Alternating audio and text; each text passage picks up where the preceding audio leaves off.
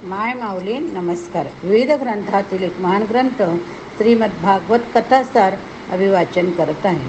दशमस्कंद उत्तरार्ध भाग पतितोद्वार व शत्रूचे निर्दालन भाग 50.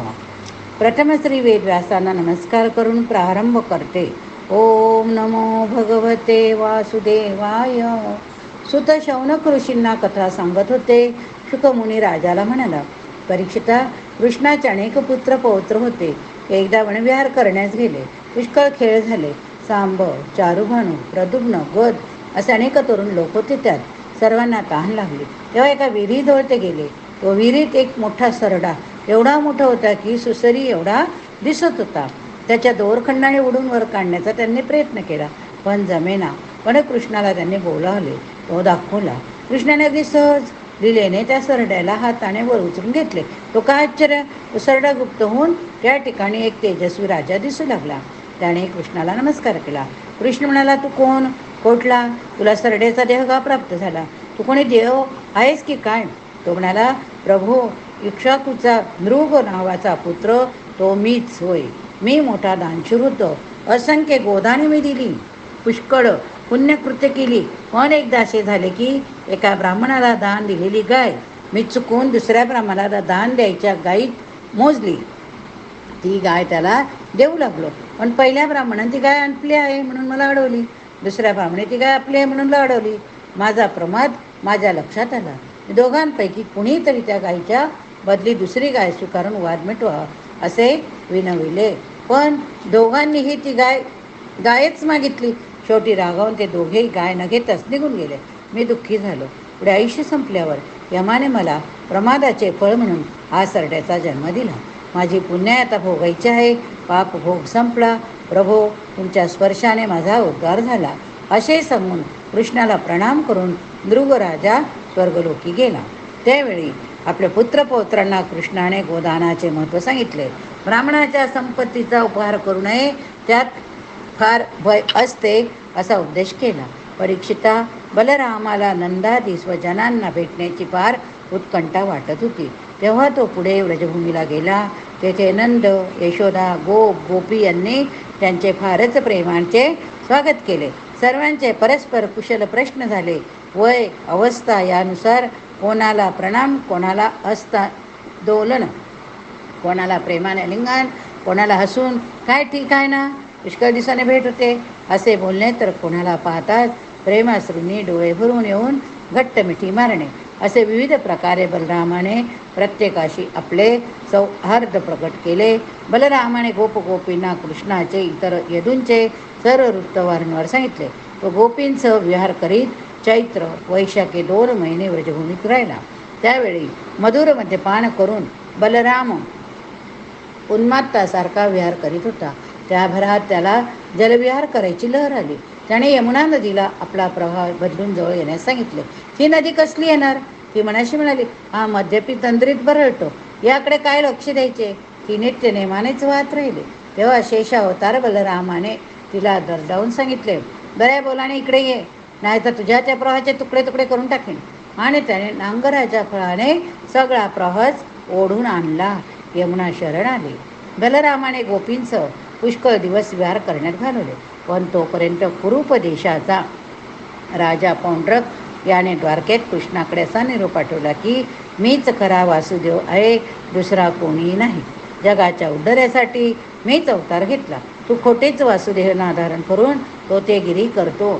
तू माझी सरचिन्हे धारण केली, ती मला देऊन टाक. मला शरण ये, नाहीतर युद्धाला तयार हो. धृताचा निरोप ऐकून या अधोमंडळीची हसून पळवाट झाली. कृष्णाने त्याला झणझणीत प्रत्युत्तर पाठवले. मोठे सैन्य घेऊन तो काशी नगरीवर चाल करून गेला. कृष्णासारखीच पताकादी चिन्हे धारण करून पौंड्रक युद्धाला आला. प्रलय काळ ओढवल्यासारखा त्याच्या सैन्याचा त्या युद्धात नाश झाला. कृष्णाने सुदर्शनाने पौंड्रकचे शिरच उडवले. त्याने काशी राजालाही ठार मारले. त्याचे मस्तक महाद्वारात पडलेले पाहून आप्तांनी प्रजेने शोक केला.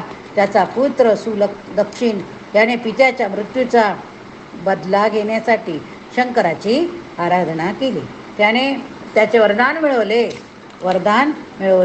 यज्ञ कर, त्यातून मारण प्रयोगाने जो कृत्या स्वरूप अग्नी निघेल, त्याने तुझा शत्रू नष्ट होईल. पण तो ब्राह्मण द्वेष्टा असला तरच. तो ब्राह्मणांना मानणारा असेल तर काही उपयोग नाही, असे शंकराने सांगितले. सुदक्षिणाने शेवटची सूचना मंत्राची न मानता अभिचार मंत्राची वजना करून कृत्या निर्माण केली. तिच्यामुळे द्वारकेत आगी लागू लागल्या. लोक कृष्णाकडे आश्रय मागू लागले. कृष्णाने ती शक्ती महोश्वरी कृत्याचा ओळखून सुदर्शनाने ती उलटवली. ती परत फिरली. तिने सुदक्षिणालाच जाळून टाकले. तिच्या मागोमाग सुदर्शन चक्रही आग पसरीत काशी नगरीत फिरले. अभिचार तंत्राचे पापी लोकांचे, दुष्ट लोकांचे स्थान झालेली काशी नगरी जाळून नष्ट केली. मग सुदर्शन चक्र पुन्हा कृष्णाच्या हाती शोभू लागले. श्रीकृष्ण विजयी होऊन द्वारकेत परत आला. भीमासुराचा मित्र द्विवेद नावाचा वानर भौमासुराच्या वधामुळे चिडून सर्वत्र वने, उपवने, नगरे यात विध्वंस करीत हिंडू लागला. तीव्र वेगाने तो शिळापैकी समुद्रातील पाण्याच्या मोठमोठ्या लाटा हाताने उडवी गावे नष्ट करी. शस्त्रहत्तीचे बळ त्याला होते. तो प्रचंड देहाचा होता, दीर्घायुष्य होता. त्याने यज्ञ केले, आश्रम उद्ध्वस्त केले, वनस्पती उपटून टाकल्या. तो लोकांना उचलून नेई, दूर गुहातून कोंडून ठेवी. अनंत देशात त्याने धुमाकूळ मांडला होता. कृष्णाला त्रास देणे हाच त्याचा मुख्य हेतू. रैव टक पर्वतावर बलराम त्यावेळी स्त्रियांचं संगीत समारंभात मग्न होता. या वानराने तेथे जाऊन स्त्रियांना, बलरामाला नाना प्रकारच्या खोड्या करून उपद्रव देण्यास सुरुवात केली. कुठे नाक उडव, कुठे वाकड्या उड्या मार, कुठे स्त्रियांचे कपडे फाड, कुठे मध्य कलश लवंडून टाक, कुठे भुवया उडवून कटाकटा दात उजवून चित्कार कर, कुठे फांद्यांना जोरजोराने हिलकावे देऊन धडाधड फळे पाड, असे उपद्रव दिले. तेव्हा हल मुसळ यांचे आघात करून त्याला बलरामाने मारले. द्विविधाने वृक्ष, शिलाखंड यांच्या साहाय्याने बलरामाशी भयंकर युद्ध केले. पण बलरामाने शेवटी मुष्टी प्रहार करून त्याच्या बरगड्याच फोडल्या.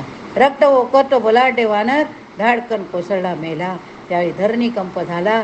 देवांनी पुष्पवृष्टी केली, ऋषींनी प्रशंसा केली, सिद्धांनी नमो नमः असा घोष करून बलरामाचे अभिष्ट चिंतन केले. नंतर बलराम द्वारकेत परत गेला. कृष्णाचा पुत्र साम याने स्वतःच्या पराक्रमाने दुर्योधनाची मुलगी लक्ष्मणाईचे स्वयंवरातून अपहरण केले. तेव्हा कौरव फारच क्रूर झाले. त्यांनी सांबाचा पाठलाग केला. सांबाने एकट्याने त्यांच्याशी युद्ध केले, मोठा पराक्रम गाजवला.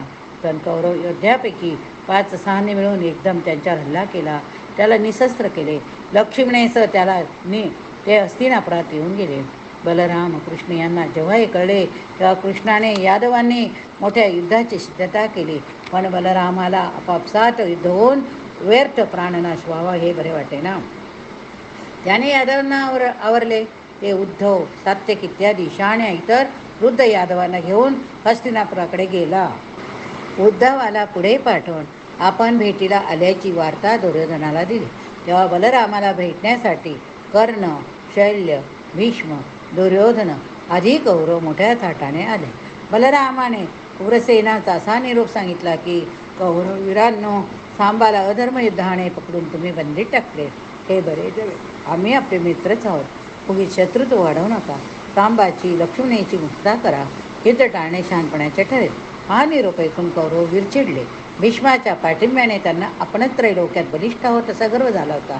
त्यांनी बलराम, कृष्ण, यदुवंशी, उग्रसेन वगैरेच्या बद्दल अद्वा बोलून बलरामाचा अपमान केला.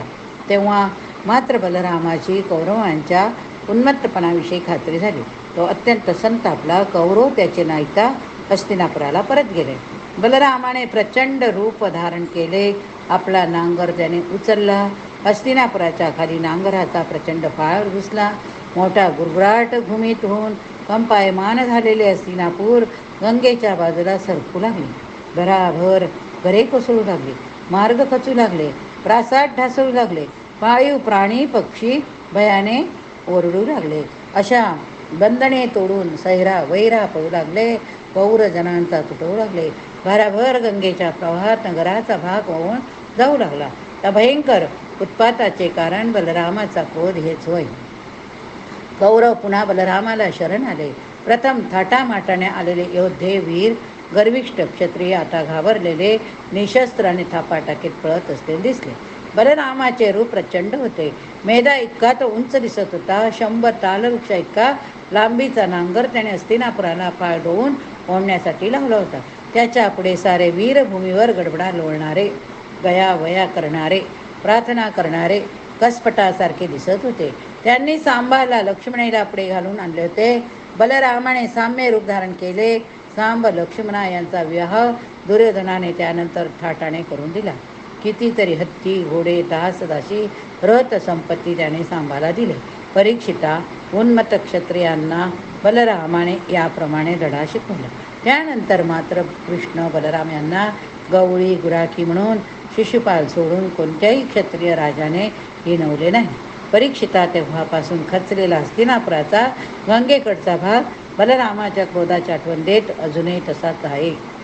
सुत म्हणाले, शुकदेवांनी त्यानंतर जरासंगवधाची कथा परीक्षिताला सांगितली. ती मी तुम्हाला सांगतो. शौनकाचाच काय सर्वच श्रोत्यांना वीररसाचा संचार झाल्यासारखे वाटत होते. बलरामाने द्विविधाचा केलेला वध, हस्तिनापुराची त्याने केलेली दुर्दशा या कथा त्यांना अद्भुत वाटल्या. सांगा सांगा, जो जरासंग 18 वेळा कृष्णावर धावून आला, ज्याला भिवून यादवांचा नाश टाळावा म्हणून कृष्णाने समुद्रात द्वारका बसवली, ज्याने रुक्मी, शिशुपाल, कंस इतर बलाढ्य दैत्य यांना सदोदित सहाय्य केले, ज्याचे नाव येताच लोक भीतीने कापत असत, त्या जरासंगाचा वध कसा झाला? शौनकाने विचारले. सुत म्हणाले, होय होय, सांगणारच आहे, पण आता आजचे कथन पुरे. उद्या सकाळी पुढील कथा सांगेन. खरेच सूर्य अस्ताला गेला होता. सायं संध्येला विलंब झाला होता. काळाचे भान राहिले नाही हो, असे म्हणत सुतांचं सर्व उठले, आपापल्या आश्रमस्थानी गेले. शौनकांच्या खांद्यावर हात टाकून सूत बोलत बोलत चालले. ते म्हणाले, जरासंग, शिशुपाल यांच्या वधाचे प्रसंग म्हणजे शक्ती, युक्ती, राजनीती यांचे सुंदर मिश्रण होय. उद्या आता ऐकायलाच त्या गोष्टी. भगवान श्रीकृष्णाची लीला अगदी अचिंत्य आहे. त्याची कथा नित्य नूतन होय. आणि त्यांच्या जवळून चालणारे निकट स्नेही ऋषी, तापसी, ज्ञानी सर्वच म्हणाले. भगवान विष्णूंचा विजय असो, पूर्ण अवतार श्रीकृष्णाचा विजय असो. त्या मधुर घोषाने आश्रम परिसर अधिकच शक्ती संपन्न झाला. विश्रांतीचे अग्रदूत म्हणून संधी प्रकाशात तारेही चमकू लागले. या ठिकाणी हा भाग संपला. पुढील भागात आपण जरासंधाचा वध बघूया. हरये नमः. ओम नमो भगवते वासुदेवाय. ओम नमो भगवते वासुदेवाय. एवं रूपं सदा कृष्ण सुनार्थ भावये सुधी. देवकी सुतं गोविंद वासुदेव जगत्पते. हरि ओम तत्सत. हरि ओम तत्सत.